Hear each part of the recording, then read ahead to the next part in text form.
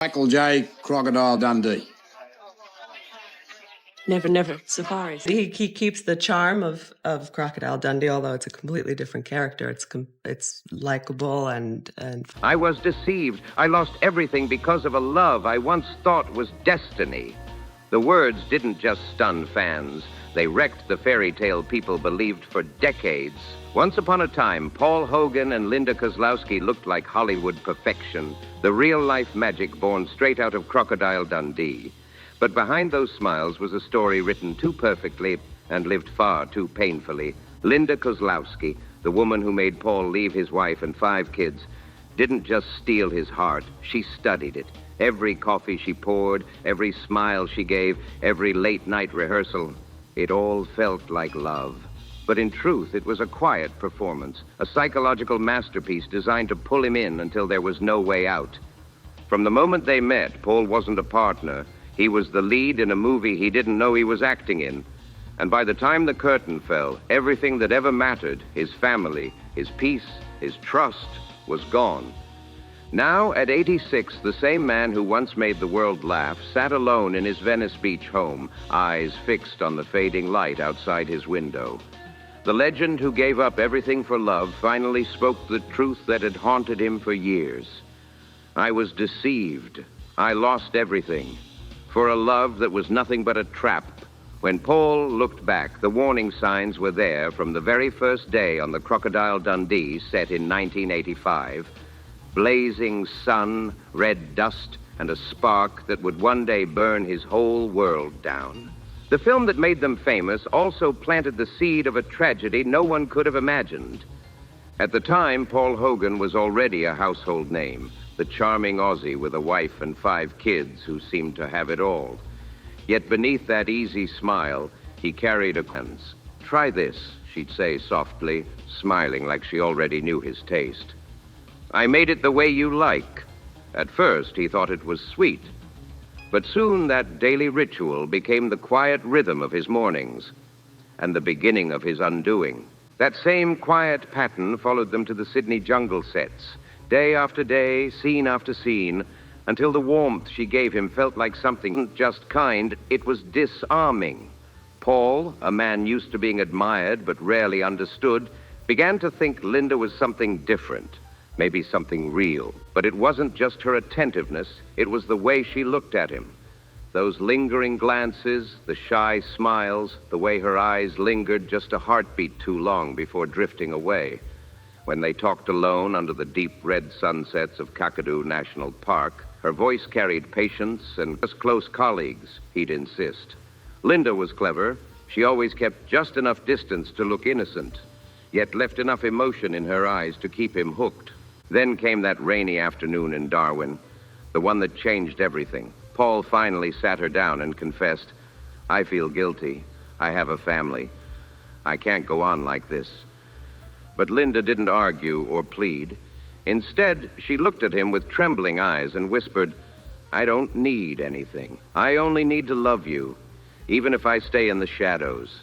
That single line hit him like lightning. It wasn't just devotion. It was surrender, a silent promise that he was her entire world.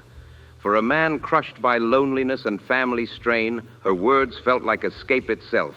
And from that moment on, whenever Linda seemed sad or uncertain, she let the tears fall, always when Paul was watching, and every time his resolve crumbled a little more. Over rushed hotel dinners, Linda would open up about the pain she was facing, how the press had branded her a home wrecker, how the crew whispered behind her back, how everyone watched her every move. Each time she spoke, Paul's heart twisted with guilt and pity. What started as affection slowly turned into duty. Protecting her made him feel like he was saving not just her, but himself. To outsiders, it all looked like a beautiful romance. But inside that whirlwind, Paul was losing his grip on reality. He couldn't see that what he felt wasn't love anymore. It was entrapment wrapped in tenderness. He saw Linda as fragile, devoted, and endlessly patient, the one woman who seemed to understand him when no one else did. She'd walk alone back to the hotel after late shoots, tell him she couldn't sleep because of cruel headlines, and every story she told pulled him closer, deeper, blinder. One night in late May of 1985, sitting at a quiet riverside restaurant in Sydney, Paul finally confessed to a close friend, "Linda is like the only light in my darkness. I can't turn away from her anymore." That was the moment he crossed the line. Despite the warnings, despite his wife's tears and the hurt in his children's eyes, Paul chose Linda. He walked away from the home, the reputation and the career he'd built for decades, convinced he'd finally found his soulmate. The moment Paul signed those divorce papers at the Sydney family court, the door to his suffering quietly creaked open, and it never closed again. His once tight family shattered, his wife and kids drifted away, and the media tore him apart like vultures. The man once seen as a symbol of loyalty became a headline scandal, the unfaithful star who threw it all away for love. Day after day, Paul watched his name dragged that once felt like destiny now seemed like a cruel setup. Their 1990 wedding in Beverly Hills had been quiet. No big crowd, no flashing cameras, just a few close friends and two people who thought love could silence the past. Paul truly believed the storms were over, that after every sacrifice he'd earned peace beside his soulmate. But instead, what he got was the slow crash of a train speeding straight into darkness. Reality soon tore off its mask, and the fairy tale collapsed. The same Linda who once brought him coffee under the Northern Territory sun now felt like a stranger wandering through their Venice Beach home. The sweetness that once filled their mornings had vanished without warning. At first, she tried to keep up the act, asking about his health, sharing dinners, even cooking his favorite Aussie dishes just to keep things feeling normal. But by 1991, it all started to fade fast. The Crocodile Dundee fame still lingered, but the warmth between them was gone. Linda suddenly became busy all the time, out before sunrise, gone all day, unreachable until the early hours of the morning. Paul would wait up in the living room, lights dim, heart heavy, listening for the sound of her footsteps that never came. When she finally walked in, there were no hugs, no words, just silence so cold it made the house feel haunted. The small moments, dinners, laughter, late-night talks, all disappeared, replaced by empty politeness and growing distance. Some weeks, Linda vanished completely, blaming work, auditions, and industry dinners. But Paul wasn't blind anymore. He saw it for what it was, the slow unraveling of everything he'd given up his life for. By the early 90s, she had started using every Hollywood connection she could, and every introduction came with one powerful name attached, Paul Hogan's wife. After the massive success of Crocodile Dundee, Linda's magic on screen began to fade fast. Every film she touched afterward, Almost an Angel, 1990. Backstreet Justice, 1994, Village of the Damned, 1995, all sank into obscurity, leaving her trapped in the shadow of her most famous role, Sue Charlton. Each box office flop made her colder, moodier, and more distant from Paul. The love that once lit up red carpets now flickered out in silence, but every attempt failed. The pain deepened when he realized Linda didn't care. Not about his kids, not about the broken ties. She skipped every family call, every gathering, every apology. And soon the whispers began, spreading from Sydney to Melbourne, and finally echoing through Hollywood. Was Paul Hogan's great love story nothing more than a beautiful mistake? Australian newspapers tore him apart. "Paul Hogan has forgotten his role as a father because of Linda," they screamed, branding her the outsider who destroyed. The turning point came quietly. The moment he realized he was truly alone in the very house he'd once filled with hope. Those Beverly Hills wedding photos, the laughter caught on tape, the dreams, all of it felt like they belonged to someone else. Now, it was just Paul, his memories, and a silence that grew heavier every night. He'd whisper to the walls, "Why did everything turn out like this? Did I love the wrong person? Or was she just better at pretending?" Linda's ambition had never stopped. That was her truth. She kept chasing roles, chasing fame, chasing the spotlight she thought she deserved. Yet despite all her effort, nothing ever matched that one movie that made her name. And that's when Paul finally understood. What he thought was destiny had always been a performance. He hadn't just lost a marriage, he'd lost his family, his children, and the man he used to be. What Linda left behind wasn't love or peace. It was emptiness, bitterness, and years of quiet regret. In the end, Paul Hogan faced the truth that broke him. The love I thought was heaven sent was the cruelest illusion of all. From that moment on, the Venice Beach house stopped feeling like home. It became a cage filled with ghosts of what once was. Paul would stare at the walls and whisper, "I gave up a lifetime," just to end up living like a shadow in my own house. The final years of his marriage to Linda drifted by like a sad song without lyrics, quiet, heavy, and heartbreaking. He kept hoping, foolishly, that with time and patience, things would return to how they used to be, but the silence between them only grew thicker, colder, a wall no love could climb. By 2013, after years of distance and emotional exhaustion, Linda made her final move. On a calm October afternoon, she filed for divorce at the Los Angeles court.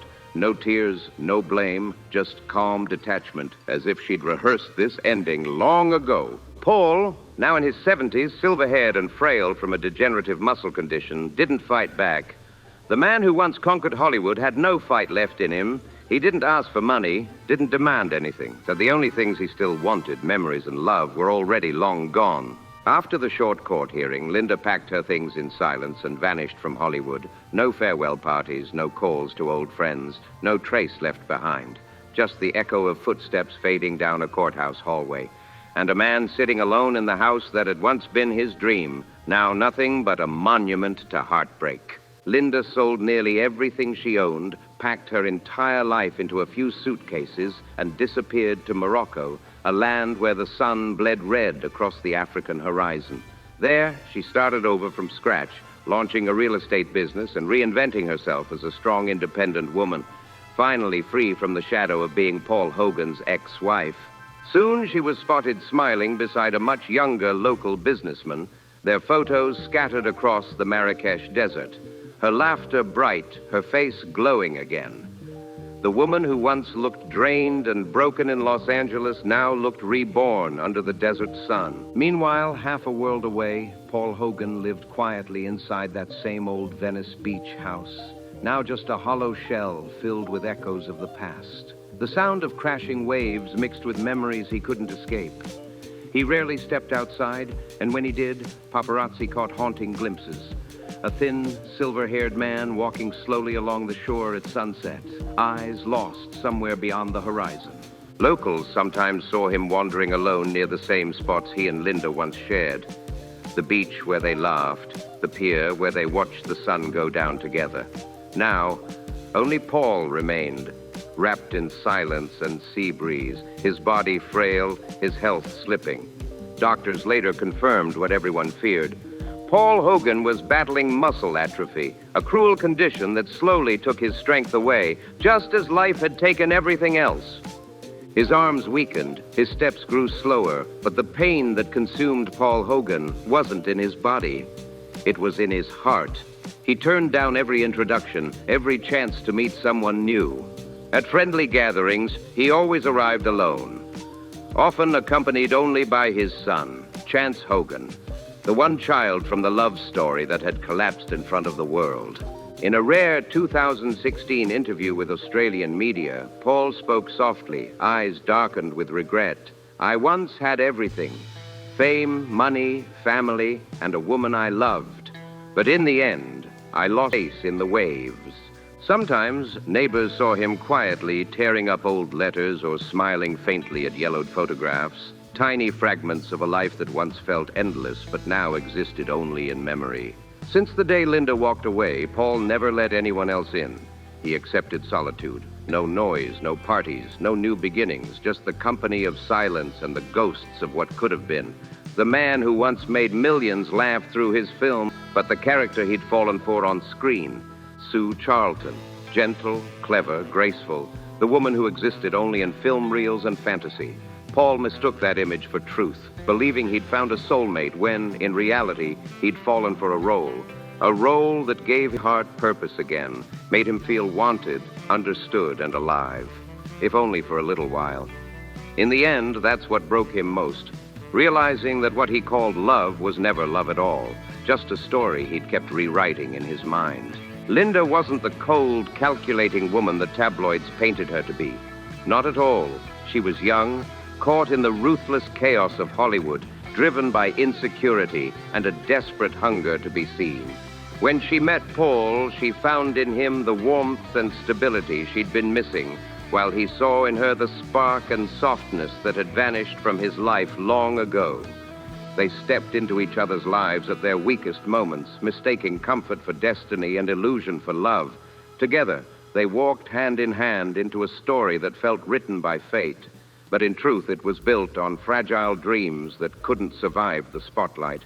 With time, the illusion faded, and so did their bond. After the divorce, Linda didn't lash out, didn't run to the press, didn't play the victim. Instead, she disappeared quietly, moving to Morocco, starting a new chapter in real estate, and building a life on her own terms. In photos from Marrakesh, she looked radiant, smiling wide, eyes bright, finally free of the sadness that once followed her. Maybe that was the real Linda, strong, self-made, and no longer living in anyone's shadow. Meanwhile, Paul stayed behind, a ghost of the past, sitting every morning on his balcony, gazing at the endless ocean. He'd close his eyes and drift back to 1985. The golden afternoons in the Australian wild, the laughter, the soft glances, and the hand he once thought would never let go.